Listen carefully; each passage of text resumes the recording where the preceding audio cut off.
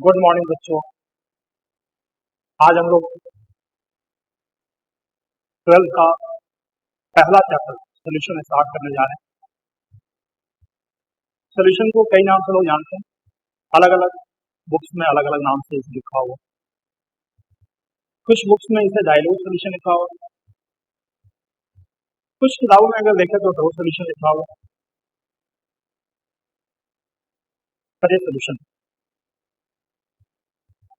अब इस सोल्यूशन को क्यों पढ़े, सबसे पहला सवाल हमारे माइंड में आना चाहिए, क्योंकि जब तक हमें किसी चीज के बारे में पता नहीं चलता है हमारा इंटरेस्ट डेवलप नहीं होता। तो हम सोल्यूशन पढ़ेंगे क्या सिर्फ इसलिए कि ये बोर्ड में जरूरी है, क्या सिर्फ इसलिए कि कॉम्पिटिटिव एग्जाम में आईआईटी में आता है, जेईई मेंस में आता है, नीट में आता है, इसलिए पढ़ें।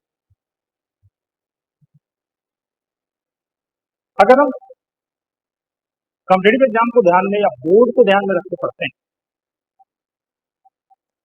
तो हो सकता है कि नंबर आ जाए, बार बार प्रैक्टिस करने से कुछ भी हो सकता है, पर जब तक हमारा इंटरेस्ट डेवलप नहीं होगा हम इससे ज्यादा दिन तक या तो याद नहीं रख पाएंगे या फिर इसमें अच्छे लेवल का सवाल होगा उठा नहीं पाएंगे।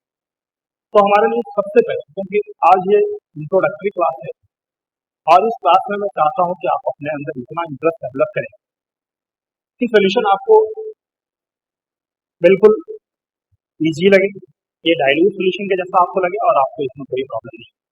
हमारे रियल लाइफ में इसका क्या मतलब है। इस चैप्टर का अगर इंपॉर्टेंस की बात करें तो रियल लाइफ में बहुत ज्यादा इंपॉर्टेंस। अभी की डेट में आप लोग सैनिटाइजर यूज करते हैं,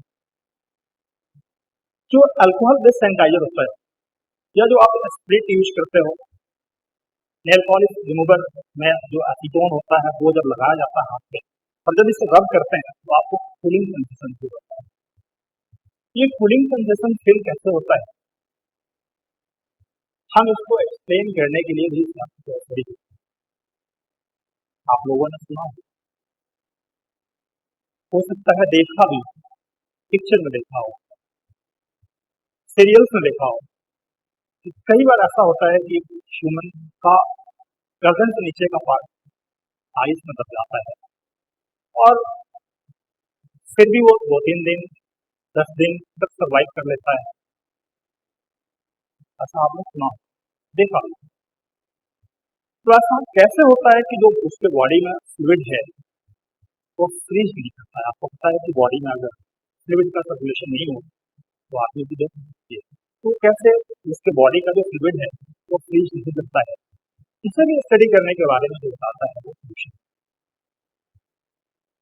रेडिएटर में जो वाटर डालते हैं, अगर वहां की बात करें जहाँ पे काफी सर्दी पड़ता है, काफी टेम्परेचर कम होता है, जहाँ पे वाटर फ्रीज कर जाता है, फिर भी रेडिएटर में जो वाटर होता है वो फ्रीज नहीं करता है, क्योंकि उसमें हम लोग इथाइलिन ग्लाइकॉल यूज करते हैं। तो जो हम लोग इथाइलिन ग्लाइकॉल यूज करते हैं उसका क्या रोल है, वो कैसे एक्ट करता है, इसके बारे में स्टडी करना है सोल्यूशन। आप लोगों ने सुना होगा कि जो बीपी के पेशेंट होते हैं, ब्लड प्रेशर जिनका हाई होता है, उन्हें डॉक्टर सजेस्ट करते हैं कि आप नमक का यूज कम करें। नमक का यूज ज्यादा करने से क्या होता है, इसका भी जो स्टडी पार्ट है वो भी इसमें सोल्यूशन है। आरबीसी का श्रिंकिंग या फिर ब्रशिंग, यानी कि जो सेल होता है उसका श्रिंक करना हो या ब्रश करना हो, इन सब के बारे में जो स्टडी करने का काम भी होता है वो उसका होता है सोल्यूशन। मेडिसिन, जो टैबलेट्स होता है या जो सिरप्स होता है वो भी सोल्यूशन है। हालांकि सिरप को यूज करने से पहले हम चेक करते हैं, लेकिन टैबलेट को चेक नहीं किया जा सकता। टैबलेट एक सोल्यूशन है। आपको अगर उसके आधे पावर का टैबलेट यूज करना है, यानी कि हाफ टैबलेट यूज करना है, डोज आपको कम रखना है, तो आपको पता है कि पूरे टैबलेट में जो कंपोजिशन है वही कंपोजिशन किसका है, हाफ पार्ट का है। ये भी स्टडी करने का काम जो करता है वो कौन करता है, सोल्यूशन। मैंने तो सिर्फ छोटी मोटी बातें की, इसका यूज रियल लाइफ में काफी ज्यादा है और इसी कारण से इसको जितना आप इंटरेस्ट के साथ पढ़ेंगे आपको उतना ही मजा आएगा और उतना ही आपके लिए आसान है। चलिए हम लोग इससे स्टार्ट करते हैं। और इसमें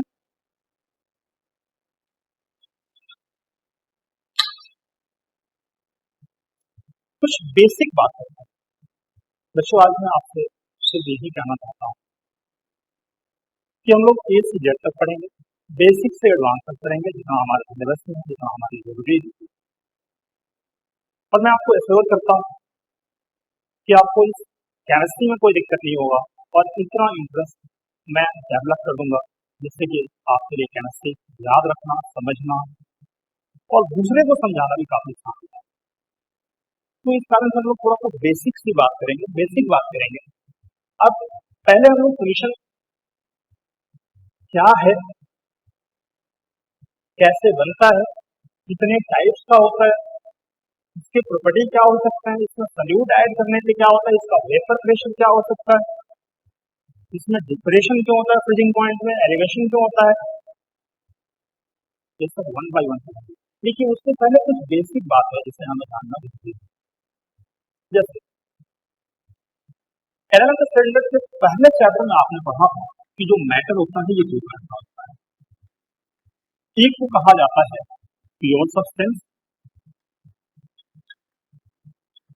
और दूसरे को कहा जाता है मिक्सचर।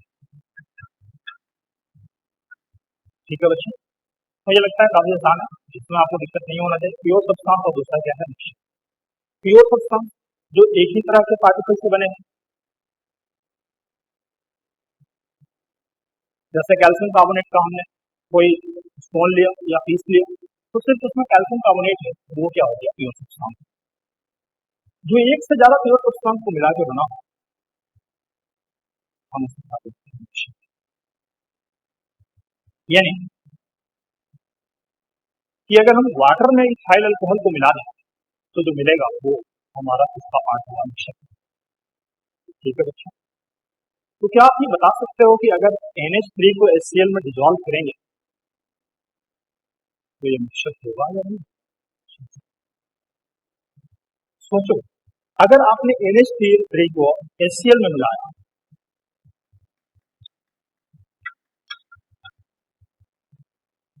तो क्या ये मिक्सचर है या नहीं है, आप बता सकते हो? होना चाहिए, क्योंकि मिक्सचर के बारे में हम क्या जानते हैं। मिक्सचर का मतलब क्या हुआ, जो प्योर सब्सटेंस को मिलावट से बनाओ। मिक्सचर का मतलब क्या हुआ, मिलावट। यानी कि जब दो या दो से ज्यादा सब्सटेंस को मिलाते हैं तो क्या बनता है मिक्सचर। यहाँ भी कितने सब्सटेंस है, दो, तो क्या ये मिक्सचर होना चाहिए?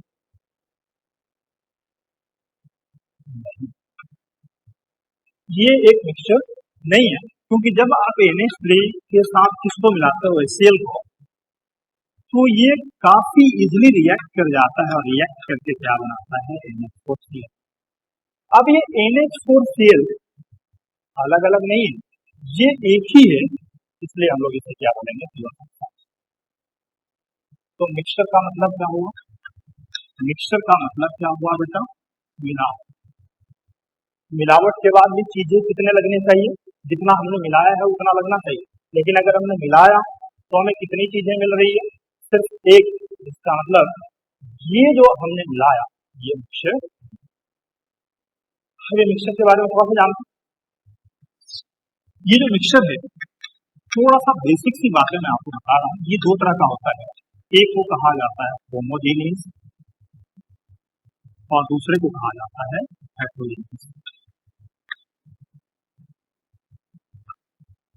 होमोजेनियस यानी सेम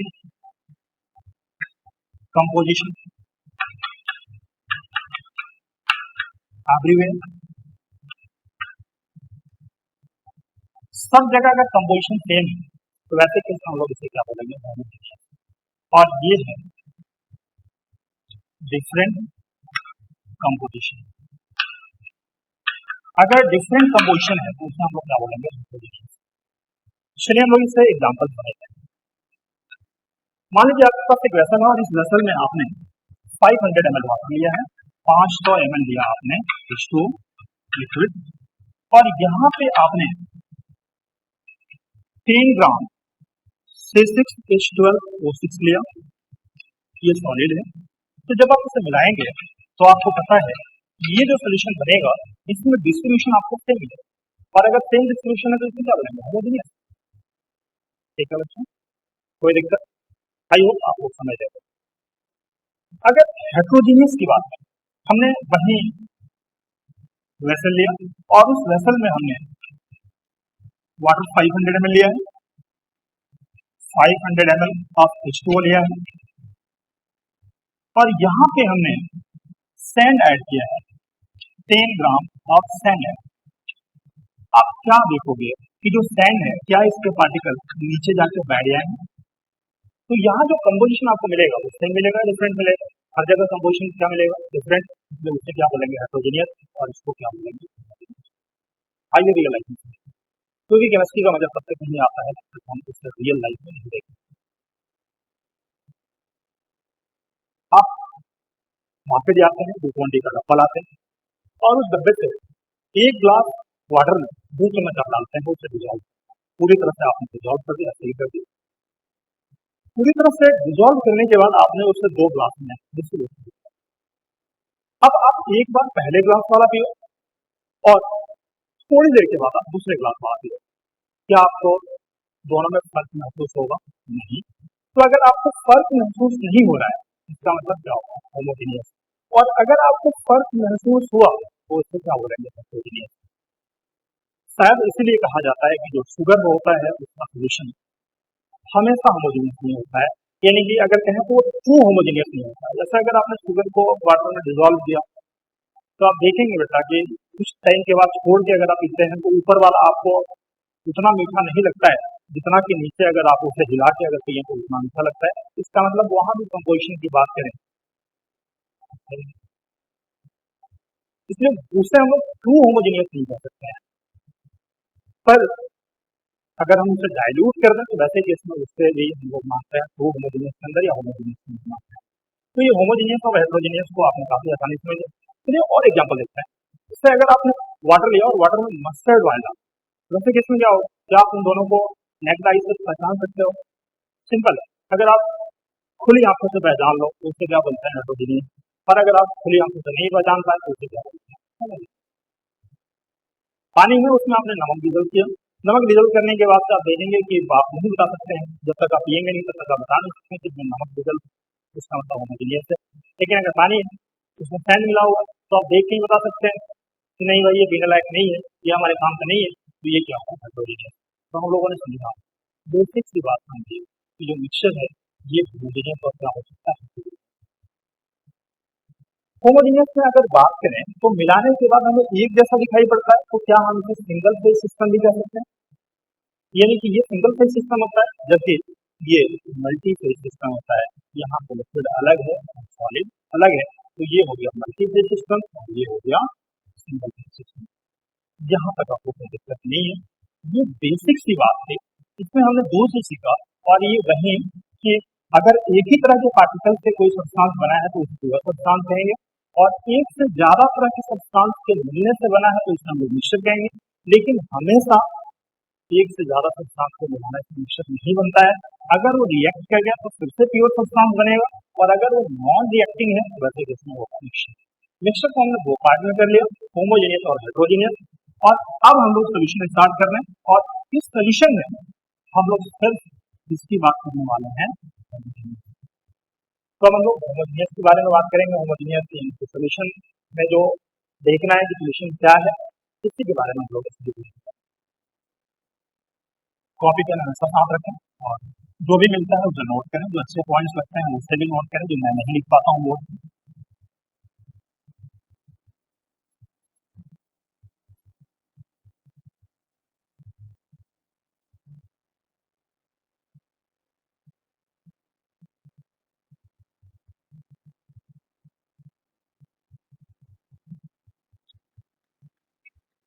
डेफिनेशन की बात करते हैं, सोल्यूशन के डेफिनेशन की बात करते हैं।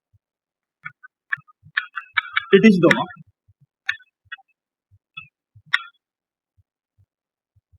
homogeneous mixture of 2 or more non-reacting components whose composition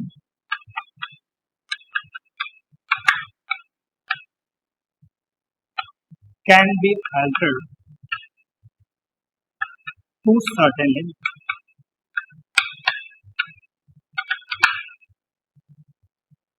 बच्चों इसलिए इससे पहले हमने आपको होमोजेनियस और हेटेरोजेनियस बताया। अब आप अगर डेफिनेशन की बात करें सॉल्यूशन की, तो सॉल्यूशन के डेफिनेशन में लिखा हुआ है कि ये क्या है, होमोजेनियस मिक्सचर है, होमोजेनियस। और अगर मिक्सचर है तो ऑब्वियस है ये लिखा हो या नहीं लिखा हो फर्क नहीं पड़ता है, क्योंकि मिक्सचर के बारे में हमने आपको पहले बता दिया है। लेकिन फिर भी हमने यहाँ पर मेंशन किया है कि जो मिक्सचर होने चाहिए वो किसके होने चाहिए, non reactive compounds. Non reactive compounds ये हो सकता है जिसका कंपोजिशन जो है वो सर्टेन लिमिट तक चेंज हो सकता है। यानी कि सॉल्यूशन अगर हमें बनाना है तो होमोजेनियस होना चाहिए, साथ ही साथ सिंगल फेज सिस्टम होना चाहिए। अगर हमने पानी लिया उसमें बहुत सारा ग्लूकोज डाल दिया, बहुत सारा शुगर डाल दिया, तो वैसे जिसमें क्या होगा, फेज अलग अलग हो जाएगा। जो नीचे वाला पार्ट है अगर ज्यादा हमने डिजोल्व किया तो और डिजोल्व होगा नहीं। इसका मतलब साफ है, एक से ज्यादा फेज होगा और एक से ज्यादा फेज होगा, वैसे केस में हम लोग उसे कहेंगे। और सोल्यूशन के लिए हमारा सिस्टम कैसा होना चाहिए, तो यहाँ तक आपको सोल्यूशन के बारे में समझ में आ गया। सोल्यूशन क्या है, ये होमोजेनियस मिक्सचर है, नॉन रिएक्टिव कंपोनेंट्स के पार्ट है, दो या दो से ज्यादा कंपोनेंट्स हो सकते हैं।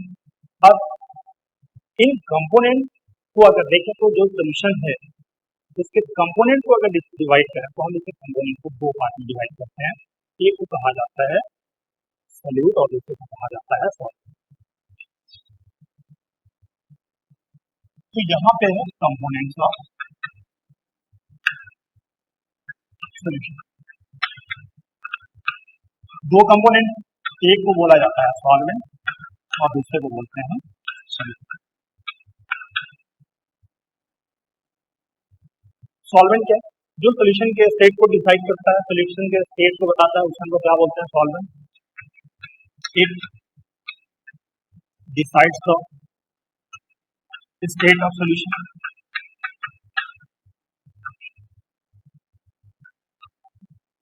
अदर देन सॉल्वेंट, सॉल्वेंट के अलावा जो होता है उसका हम क्या बोलते हैं, सॉल्यूट।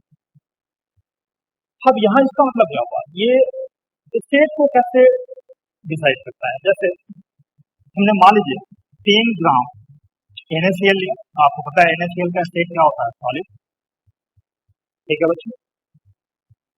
और हमने इसमें 500 ml ऑफ वाटर में इसे डाला, डालने के बाद हमारा सोल्यूशन मिलेगा। आप काफी इजीली बता सकते हो ये जो सोल्यूशन है, इस सोल्यूशन का स्टेट क्या होगा, क्या ये लिक्विड सोल्यूशन मिल जाएगा। तो जो सोल्यूशन है इसका स्टेट क्या है, लिक्विड है। ये लिक्विड किसने डिसाइड किया, इसने, यानी ये जो H2O है ये क्या है, सॉल्वेंट, और ये जो NaCl है ये है सॉल्वेंट। तो काफी सिंपल है, जो फेज डिसाइड करता है वो सॉल्वेंट होता है और बाकी जितने भी कंपोनेंट्स हैं सारे के सारे क्या होते हैं, सॉल्वेंट। आसान कर सकते हो आप, कोई दिक्कत नहीं है।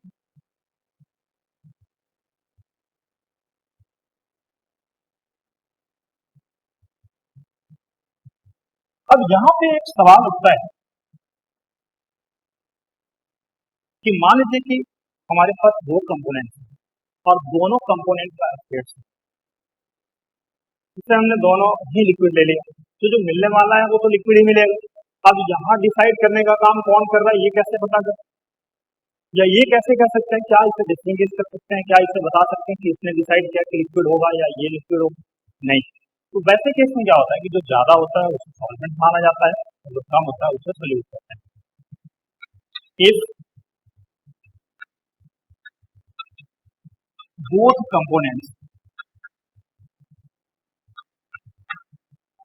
of solution are in same state, then excess component is solvent and other is solute, other is बाकी जो होगा वो। चलिए एग्जाम्पल की बात करते हैं। तो मान लीजिए कि आपने 500 ml ऑफ C2H5OH लिया अल्कोहल, और आपने सिर्फ 10 ml ऑफ वाटर लिया। आपको पता है वाटर को सॉल्वेंट मान, लेकिन क्या यहाँ पे वाटर सॉल्वेंट का रोल प्ले करेगा? नहीं, क्योंकि यहाँ पे C2H5OH का कितना दिया हुआ है 500 और वाटर का कितना दिया हुआ 10। इसका मतलब यहाँ पे वाटर जो है ये सोल्यूट है और C2H5OH जो है ये solid।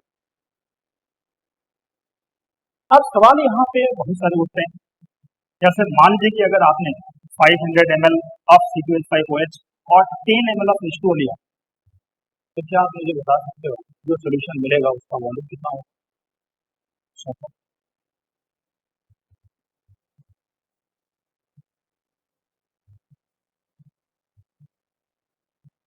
यस, आप यही सोच रहे हैं ना कि आप इन दोनों को ऐड कर दो। ऐड करने में कितना मिलेगा? 500 और 10 कितना हो गया? 510। क्या है दोनों सेम? एक वाटर है और दूसरा क्या है? C2H5OH। क्या दोनों सेम नहीं? अगर ये दोनों सेम नहीं है तो जरूरी तो नहीं है कि आप जब इसे ऐड करोगे तो आपको नेट रिजल्ट 510 ही मिले। आप जानते हो वॉल्यूम एडिटिव प्रॉपर्टी नहीं है। अगर डिफरेंस ऑफ चांस हो तो वैसे कि वॉल्यूम एडिटिव प्रॉपर्टी नहीं है। इसका मतलब इन दोनों को जोड़कर हम नेट वॉल्यूम नहीं बता सकते हैं। और इन नेट वॉल्यूम जो है अगर इन्हें ऐड करें तो 510 होगा, ये जरूरी नहीं है। वैसे भी हम लोग इसे पढ़ेंगे जब हम लोग आइडियल और नॉन आइडियल सोल्यूशन पढ़ेंगे, तो वहां पर हम लोग देखेंगे कि इन दोनों को ऐड करने के बाद जो मिलता है ये 510 इससे ज्यादा होगा या कम होगा, ये हम लोग आगे इसके बारे में। तो चलिए छोटी सी बात है जिसमें आप लोगों के माइंड में गलती हो सकता है कि हम लोग अगर दोनों को ऐड कर रहे हैं तो वैसे किसकी नेट जल्दी क्या हो। लेकिन हाँ, ये बात सही है कि अगर यहाँ भी C2H5OH होता और यहाँ भी C2H5OH होता और वैसे केस में अगर आप ऐड करते हैं तो नेट रिजल्ट कितना होता है बच्चे? बोलो। तो क्या नेट रिजल्ट वैसे केस में 510 हो जाता है? क्योंकि जब दोनों ही सेम होते हैं तो फिर ऐसे केस में सम होता है क्या होता है? इसे हम लोग आगे डिटेल्स में पढ़ेंगे, ये हमारे सिलेबस में है और हमें इसे पढ़ना है। तो हमने देख लिया कि सॉल्वेंट क्या होगा, सॉल्यूट क्या होगा। पर मैं वैसे आपको बता दूं कि पुराने जमाने में जो सॉल्वेंट और सॉल्यूट को डिसाइड करने का काम था वो सिर्फ स्टेट देते था। अगर कोई फ्लूइड है मतलब फ्लो कर सकता तो उसे सॉल्वेंट कहा जाता था और जो सॉलिड होता था उसे सॉल्यूट कहा जाता था। लेकिन ये सब चीजें हुआ कि दोनों सेम हो गए, दोनों का एफेक्ट सेम हो गया, तो वैसे किसमें क्या कहेंगे ये मैंने आपको बता दिया है। बेसिक सी बात है जो आप समझ, कोई दिक्कत है तो। चलिए आगे हम लोग बात करते हैं कि सोल्यूशन को कितने टाइप्स में डिवाइड करेंगे, सोल्यूशन का टाइप्स क्या होगा, और यहाँ पे कुछ बेसिक बातें हम लोग सीखेंगे। तो ये है टाइप्स ऑफ सोल्यूशन। सोल्यूशन को दो पार्ट में डिवाइड करते हैं। ये है पहला, हम लोग क्लासिफिकेशन का अलग अलग वे देखते हैं। पहला जो लिखा हुआ है ये है on the basis of component.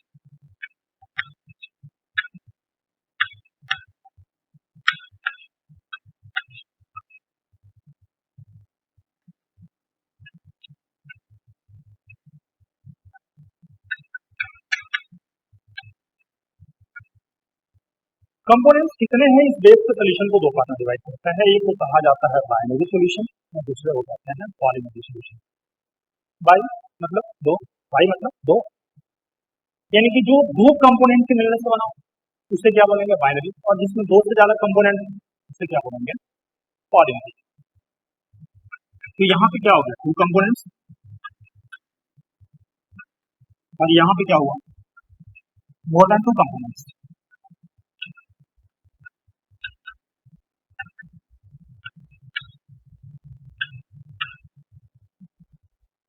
इससे अगर एग्जाम्पल की बात करें और अगर मान लो कि आपने C6H12O6 लिया 5 ग्राम और आपने 100 ml ऑफ H2O में डिजोल्व किया, तो यहाँ दो कंपोनेंट है, ये एक सॉलिड स्टेट में और ये एक लिक्विड स्टेट।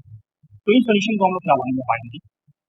देखिए सपोज करो आपने 5 ग्राम ऑफ NaCl लिया 5 ग्राम ऑफ C6H12O6 लिया और 100 ml ऑफ वाटर में डिजॉल्व। अब आप नोटिस कर रहे हो, यहाँ पे आप नोटिस कर रहे हो कि जो सोल्यूशन है इसमें दो कंपोनेंट्स नहीं है, यहाँ पे कितने कंपोनेंट्स हैं? 3 कंपोनेंट्स हैं। तो इस सोल्यूशन को हम लोग क्या बोलेंगे? पॉलीनरी सोल्यूशन। अगर 3 कंपोनेंट है तो स्पेशल नेम इसका होगा टर्नरी सोल्यूशन, 4 होता तो इसका क्या बोलते हैं? Quaternary solution.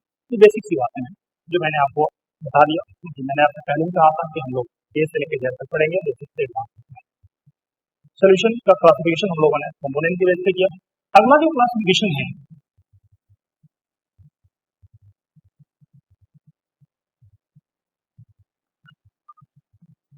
ये है on the basis of concentration. Concentration के बेस पे सोल्यूशन को दो पार्ट में डिवाइड करते हैं। एक को कहा जाता है डाइल्यूट सोल्यूशन और दूसरे को कहा जाता है कंसंट्रेटेड सोल्यूशन।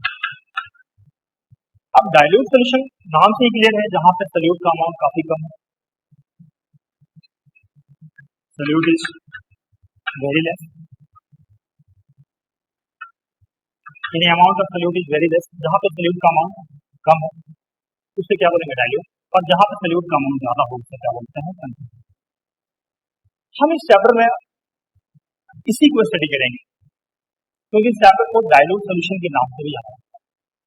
तो हमें स्टडी ही करना है डाइल्यूट सोल्यूशन। मैंने आपको बता दिया, जहां पे कंसंट्रेशन सोल्यूट का कम हो उसे डाइल्यूट कहते हैं, और जहां पे सोल्यूट का कंसंट्रेशन ज्यादा हो उसे बोलते हैं कंसंट्रेटेड। ठीक है बच्चों? ओके। तो ये आपका क्लासिफिकेशन किस बेस पे था? कंसंट्रेशन के बेस पे था। नेक्स्ट क्लासिफिकेशन की बात करते हैं,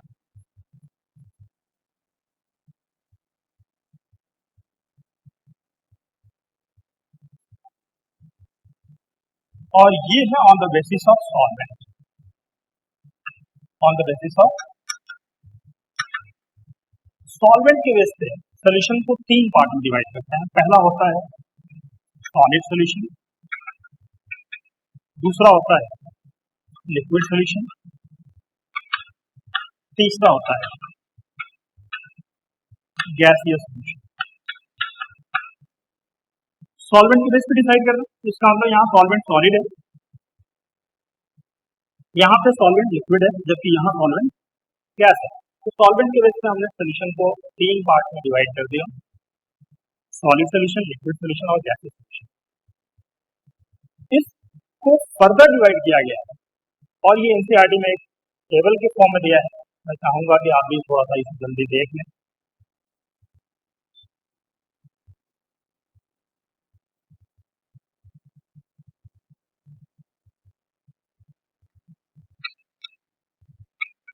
सॉलिड सोल्यूशन के बाद यहाँ पे क्या देखा हमने? सॉल्वेंट इज, सॉल्वेंट क्या है? सॉलिड। अगर हम इसके पार्ट की बात करें,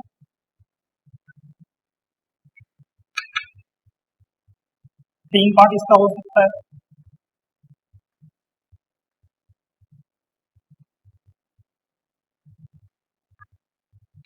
सॉलिड यहाँ पे सोल्यूट है और ये है सॉलिड। सॉल्वेंट हमारा सॉलिड है, ये है सॉलिड, सॉरी ये है लिक्विड, और यहाँ भी हमारा सॉल्वेंट क्या है? सॉलिड। ये है गैस, और यहाँ भी हमारा सॉल्वेंट क्या है? तो सॉलिड सोल्यूशन को हमने कितने पार्ट में डिवाइड किया? 3 पार्ट में, और ये 3 पार्ट कौन कौन से हैं? Solid in solid, liquid in solid, gas in solid. अगर हम इनके एग्जांपल्स की बात करें, इससे भी सवाल पूछा गया है। तो सॉलिड इन सॉलिड की बात करें तो जितने भी एलॉय होते हैं सब के सब क्या होते हैं? Solid in solid. एलॉय के बारे में आपने पढ़ा होगा 10th लेवल में कि एलॉय होमोजेनियस मिक्सचर होता है, और इसमें सोल्यूट भी सॉलिड होता है और सॉल्वेंट भी सॉलिड होता है। ब्रास, ब्रोंज, गन मेटल, ये सब एलॉय हैं जो आपके किस में आएंगे? सॉलिड सोल्यूशन में, और ये सॉलिड इन सॉलिड है। लिक्विड को हमने किस में डिजल्व किया? सॉलिड में। तो ये हो गया Hg इन सोडियम इसे कहा जाता है अमलगमेटेड सॉल्यूशन। ये जो आप देख रहे हैं ये है अमलगमेटेड सॉल्यूशन। जितने भी मेटल्स हैं सारे के सारे मरकरी के साथ अमलगम बनाते हैं, यानी कि सारे के सारे में मरकरी डिसॉल्व हो जाता है, सिर्फ और सिर्फ आयरन के साथ। और यही रीजन है कि मरकरी को ट्रांसपोर्ट करने के लिए आयरन का वेसल यूज किया जाता है। आयरन के कंटेनर में ही मरकरी को ट्रांसपोर्ट किया जाता है। तीसरा जो आप देख रहे हैं, इसका जो सब पार्ट आप देख रहे हैं वो है गैस इन सॉलिड, यानी गैस को हमने किसमें डिजोल्व किया है, गैस को डिजोल्व किसमें किया है, सॉलिड।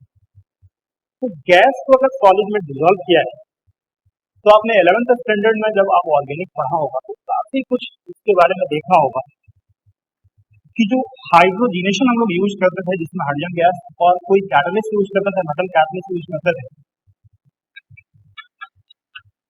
बेस्ट जो हम लोग यूज करते थे वो प्लैटिनम होता था, उसके बाद प्लेडियम होता था, फिर निकल होता था। तो जो हाइड्रोजन गैस है अगर ये प्लेडियम के सरफेस में एब्जर्व है तो ये जो सोल्यूशन मिलने वाला है ये है गैस इन सॉलिड सोल्यूशन, क्योंकि यहाँ एब्जर्व होने के बाद जो आपको फेज मिलेगा कौन सा फेज मिलेगा, तो यहाँ तक क्लियर है बच्चों।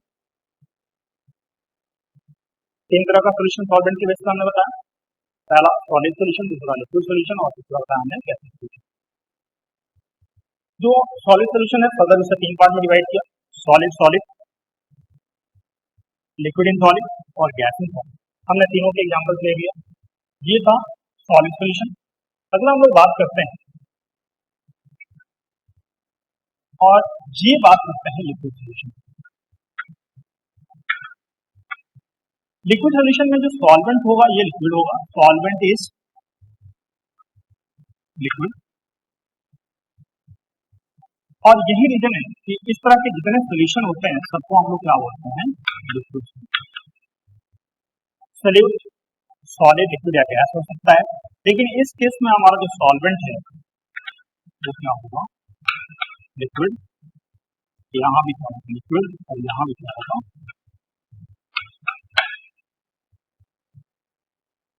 Notice solid in liquid solution हो गया, लिक्विड इन लिक्विड सोल्यूशन हो गया, gas in liquid solution. Example की बात करें, सॉलिड लिक्विड में डिजोल्व है, बहुत सारे एग्जाम्पल रियल लाइफ में आपको पता है, कंपाउंड ज्यादा हमारे लिए इंपॉर्टेंट मिक्सचर है। तो सॉलिड इन लिक्विड की बात करें तो ये हो गया NaCl जो सॉलिड है इन, और ये वाटर है हमारा। लिक्विड इन लिक्विड सोल्यूशन की बात करें तो ये आप देख सकते हैं, वाटर इन C2H5OH, ये आपका लिक्विड है और ये भी लिक्विड है, दोनों ही लिक्विड हो गए। यहाँ वाटर किसमें लिया है, C2H5OH में, इसका मतलब C2H5OH यहाँ पे सॉल्वेंट का काम कर रहा है, जबकि वाटर यहाँ पे किसका काम कर रहा है, लिक्विड का। ठीक है, तीसरा जो है ये गैस है लिक्विड, तो ये CO2 in, CO2 in water इसको कहा जाता है, इससे जो बनता है इसे हम लोग यूज करते हैं और ये होता है सॉफ्ट ड्रिंक रेफ्रिजरेंट। इसमें CO2 गैस को हाई प्रेशर पर वाटर में डिसॉल्व किया जाता है। आपको पता है टेम्परेचर कम रखते हैं तो ज्यादा डिजोल्व होता है और ज्यादा डिजोल्व होता है तो अच्छा भी ज्यादा अच्छा लगता है। तो इसी कारण से जो कोल्ड ड्रिंक होता है लोग उसे चिल्ड करके ही पीना पसंद करते हैं, या जो सॉफ्ट ड्रिंक्स होता है वो चिल्ड करके ही पीना पसंद करते हैं, तो उसमें ज्यादा से ज्यादा CO2 लिक्विड के अंदर डिजोल्व होता है। ये हमारी सेहत के लिए काफी नुकसानदायक है, मुझे लोग जिसमें मजा आता है वही करते हैं, और मैं भी कोशिश कर रहा हूँ यही कि आपको केमिस्ट्री में इतना इंटरेस्ट डेवलप करा जिससे कि आपको केमिस्ट्री से जो डर लगता है वो डर करना चाहिए। तो हमने जो दूसरा पार्ट देखा ये देखा लिक्विड सोल्यूशन। हमारा जो तीसरा पार्ट है ये है गैसियस सोल्यूशन। गैसियस सोल्यूशन में जो सॉल्वेंट होगा ये क्या होगा, गैस, यानी कि यहाँ पे लिक्विड की जगह पे हमें क्या यूज करना है, गैस।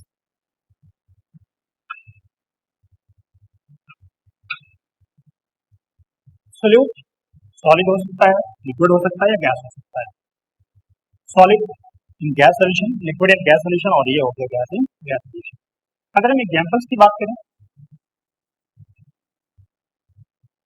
काफी आसानी से लिख सकते हो। सॉलिड इसमें है, गैस में।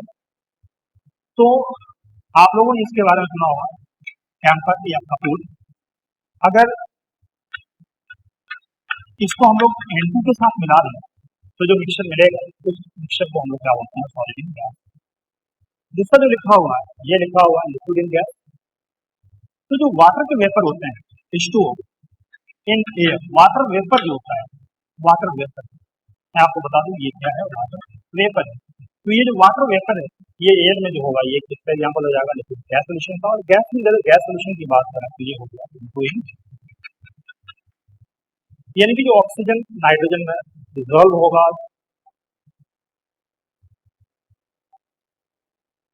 जो मिक्सचर मिलेगा उसे हम लोग बोलते हैं O2 इन N2। एयर में इसका कंपोजिशन होता है, एयर में और भी बहुत सारे गैसेस कंपोनेंट्स होते हैं, लेकिन मेन एयर का कंपोनेंट जो होता है ये होता है O2 और N2। क्या आप मानते हैं ये दोनों नॉन रिएक्टिव गैसेज, यानी कि आपस में एक दूसरे से रिएक्ट नहीं करते हैं। इन्हें रिएक्ट करने के लिए बहुत हाई टेम्परेचर की जरूरत होती है, जो तभी हो सकता है जब बिजली चमकती है। यानी कि जब बिजली चमकता है उस समय जब जो टेम्परेचर अंडर वोल्ट में जब टेम्परेचर प्रोड्यूस होता है, उस टेम्परेचर पे ये रिएक्ट करता है और रिएक्ट करके बनाता है।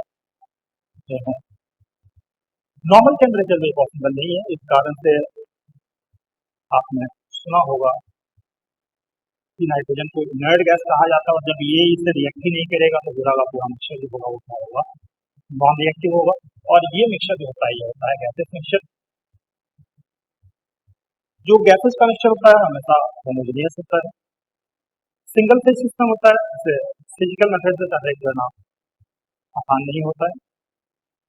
तो होमोजेनियस मिक्सचर के बारे में एक चीज हम लोगों ने और भी नोटिस कर लिया, तो होमोजेनियस मिक्सचर जो होता है वो सिंगल फेज सिस्टम होता है, जबकि हेटेरोजेनियस मिक्सचर जो होता है वो होता है मल्टीफेज सिस्टम का मतलब हुआ एक से ज्यादा फेज वहां पे आपको मिलेंगे। जैसे अगर आपने वाटर में सैंड डाला तो आपको दो अलग अलग फेज दिखाई पड़ेंगे, उनको आप इजिली फिजिकल मेथड से सेपरेट कर सकते हैं, फिल्ट्रेशन यूज करें आप वहां पे सेपरेट। तो ये था क्लासिफिकेशन किस बेस पे, सॉल्वेंट के बेस पे, जिसे हम लोगों ने फर्दर क्लासिफाई किया। और अब हम लोग स्टडी करेंगे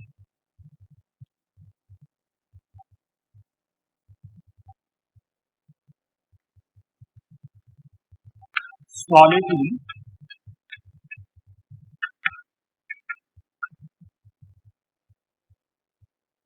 क्या आप मुझे बता सकते हैं कि जो कॉपर होता है उसमें जो ऑक्सीजन डिजोल्व होता है, ऑक्सीजन गैस जो उसमें डिजोल्व हो जाता है, उससे जो कॉपर और ऑक्सीजन का मिक्सचर मिलता है, उस मिक्सचर को किस नाम से जानते हैं? ये आप लोगों ने एक्सट्रैक्शन ऑफ मेटल्स में सुना होगा, उसे विल्सन कॉपर के नाम से जानते हैं। तो दो बातें हमको मिला, एक तो आयरन जो है वो अमलगम का फॉर्मेशन नहीं करता है, और कॉपर के साथ जो ऑक्सीजन होता है वो डिजॉल्व ऑक्सीजन कॉपर के साथ होता है। तो दो बातें याद रखना। तो ये था, अब इसके बारे में हम थोड़ा सा स्टडी करें। Solid in solid solution, solid in solid solution का मतलब हुआ कि यहाँ सॉल्वेंट भी सॉलिड है और सॉल्यूट भी। अब ये दो तरह का होता है, एक को कहा जाता है सब्स्टिट्यूटेड सॉलिड सोल्यूशन और दूसरे को कहा जाता है इंटरस्टिशियल सॉलिड सोल्यूशन। अब इन दोनों का मतलब है, नाम से आप समझ पा रहे हो, सब्स्टिट्यूटेड का मतलब वो सब्स्टिट्यूट कर रहे, यानी अगर ये सॉल्वेंट के पार्टिकल्स हैं, आपको पता है सॉलिड में अगर क्रिस्टलाइन सॉलिड की बात करें तो उसकी जो पार्टिकल्स होते हैं वो एक फिक्स पोजीशन पे होते हैं, जिसे लैटिस पॉइंट कहा जाता है। तो ये जो पोजीशन आप देख रहे हो फिक्स पोजीशन है, और इसी फिक्स पोजीशन पे, इसी लैटिस पॉइंट पे सॉल्वेंट के पार्टिकल। सब्स्टिट्यूट का मतलब क्या होता है, यानी एक को हटाना और उसकी जगह पर दूसरे को लाना। लेकिन जो लाते हैं, क्या उसमें और जो जाता है उसके प्रॉपर्टी में काफी ज्यादा डिफरेंस होता है? क्या आप फिजिक्स के टीचर को केमिस्ट्री के टीचर से सब्स्टिट्यूट कर सकते हैं? संभव नहीं। क्या मैथ्स के टीचर को केमिस्ट्री के टीचर से सब्स्टिट्यूट कर सकते हैं? संभव नहीं। इसका मतलब साफ है कि अगर हमें सब्स्टिट्यूटेड सॉलिड सॉल्यूशन बनाना है तो हमें ये जो सॉल्वेंट है इसके पार्टिकल को सल्यूट के पार्टिकल से रिप्लेस करना है। तो रिप्लेस करने के लिए जरूरी है कि वो इस लैटिस पॉइंट पे आए, और ये तब पॉसिबल है जब यहाँ से सॉल्वेंट के पार्टिकल जाए। अगर यहाँ से सॉल्वेंट का पार्टिकल जाता है और इस पोजीशन पे सल्यूट का पार्टिकल आता है, तो आप क्या देख रहे हैं, सिंपली इस सल्यूट के पार्टिकल ने सॉल्वेंट के पार्टिकल को क्या कर दिया, सब्स्टिट्यूट कर दिया। हो सकता है इस जगह पे भी हो जाए, या यहाँ भी सब्स्टिट्यूट कर दिया। इस तरह से बहुत सारी जगह पे हो सकता है। तो इससे जो मिलेगा इससे हमको क्या बोलते हैं, सब्स्टिट्यूटेड सॉलिड सॉल्यूशन। कंडीशन क्या है, क्या इसका कंडीशन यही है कि जो सब्स्टिट्यूटेड सॉलिड सॉल्यूशन मिलना चाहिए इसमें सॉल्वेंट और सल्यूट के पार्टिकल के बीच का डिफरेंस ज्यादा नहीं होना चाहिए। अगर डिफरेंस ज्यादा नहीं है तो ये जो सब्स्टिट्यूटेड सॉलिड सॉल्यूशन मिलेगा ये होमोजीनियस होगा, और होमोजीनियस होने के कारण से हम लोग क्या बोलेंगे, सोल्यूशन। अगर डिफरेंस बहुत ज्यादा है तो फिर ये हेट्रोजीनियस हो जाएगा, वैसे तो हम लोग इसे सोल्यूशन का नाम नहीं देंगे, यानी कि ये सब सोल्यूशन ही नहीं होगा तो सब्स्टिट्यूटेड सॉलिड सॉल्यूशन का बात ही नहीं।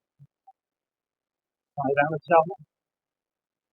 तो काफी आसान है, बहुत सारे एग्जाम्पल्स हैं। ब्रास, गन मेटल, ये जो आप देख रहे हैं इसे हम लोग बोलते हैं सब्स्टिट्यूटेड। अब इंटरस्टेशियल सॉलिड सॉल्यूशन का मतलब क्या है?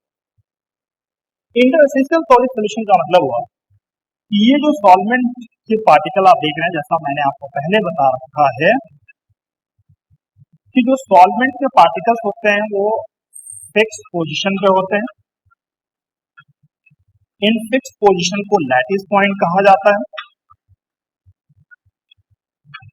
अब लैटिस पॉइंट पे होने के बाद आप देख पा रहे हैं कि खाली जगह भी है इनके बीच में। आप देखिए, अगर सॉलिड के पार्टिकल्स को मानते हैं ऐसे रखा होगा, आप क्या देखें, चलिए सिंपल में मैं इसको बनाता हूँ, ऐसे रखा होगा। क्या देखें, क्या इस जगह पे खाली जगह है? इस खाली जगह, ये जो वैकेंट स्पेस है, इस वैकेंट स्पेस को कहा जाता है इंटरस्टेशियल साइट। अगर ये इंटरस्टेशियल साइट बड़ा हो और इतना बड़ा हो कि स्मॉलर पार्टिकल वहां पे एकोमोडेट हो सके, जैसे छोटे छोटे पार्टिकल यहाँ पे काफी छोटा जगह है, अब ये डिपेंड करता है जगह कितना बड़ा होगा छोटा होगा इसके साइज पे डिपेंड करता है। तो अगर हम यहाँ पे छोटे छोटे पार्टिकल को डोप कर पाए, डोप करना यानी मिलाना, और आपको पता है डोपिंग इम्प्योरिटी में होता है, तो मिलाएं, तो इससे जो हमारा सॉलिड सोल्यूशन मिलेगा इस सॉलिड सोल्यूशन को क्या बोलते हैं, इंटरस्टेशियल सॉलिड सोल्यूशन। एग्जाम्पल की बात करें तो इसका एग्जाम्पल मैं यहाँ लिख देता हूँ, ये हो गया ब्रास। इसके एग्जाम्पल की बात करें तो इसका एग्जाम्पल आप लोगों ने सुना होगा WC, इसे बोला जाता है टंगस्टन का पाइप। तो ये था सॉलिड इन सॉलिड सॉल्यूशन। तो अभी के लेक्चर में हम लोगों ने स्टडी किया, मैं एक बात समझाइज कर दूं कि सॉल्यूशन क्या होता है। उसके बाद हम लोगों ने देखा कि सॉल्यूशन को कैसे क्लासिफाई करते हैं। उसके बाद हम लोगों ने एक स्पेशल चीज यहाँ पे देख लिया है कि सॉलिड इन सॉलिड सॉल्यूशन जो होता है ये दो तरह का हो गया, सब्स्टिट्यूटेड सॉलिड सॉल्यूशन और दूसरा हो गया इंटरस्टेशियल सॉलिड सॉल्यूशन।